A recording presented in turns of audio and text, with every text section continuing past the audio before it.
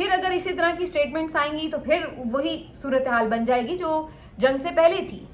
ابھی نہیں ہے کچھ اور 1 مہینہ گزرے گا, جنگ ونگ بھول جائیں گے لوگ, پھر سب کو وہی باتیں یاد آ جائیں گی, کیونکہ جو ڈے ٹو ڈے افیئرز ہوتے ہیں لوگ تو اسی کے اوپر جی رہے ہوتے ہیں نا, وہی باتیں ڈسکس ہو رہی ہوتی ہیں. ابھی ٹھیک ہے جنگ کا ایک تھوڑا بہت وہ اثر ہے, اس کی وجہ سے ایک بات اس پہ بھی ہو رہی ہے, اور 1 مہینہ گزرے گا تو پھر وہی لوگ ہوں گے, وہی پریشانیاں, وہی مسائل, وہی چیزیں. تو الٹیمیٹلی پھر حقائق تو بدلے نہیں ہیں نا, وہ تو اپنی جگہ پہ, باقی حالات تو ویسے ہی ہیں. تو ان چیزوں کو اگر بہتر کرنا تھا تو ملک کے اندرونی حالات کو بھی بہتر کرنے کی ضرورت تھی, تو اپنی پالیسی بدلنے کی بھی ضرورت تھی. اور جہاں ایک طرف بات ہوئی تھی کہ ایک یکجہتی کا پیغام گیا تھا, بہتری کا پیغام گیا تھا, جس کو اکنالج بھی کیا گیا تھا, تو دوسری طرف سے بھی یہی ہونا چاہیے تھا, لیکن انفارچونیٹلی ایسا ہمیں ہوتا نظر نہیں آیا. بہرحال اگلے ولاگ میں مزید بات کریں گے. اپنا خیال رکھیے. اللہ حافظ.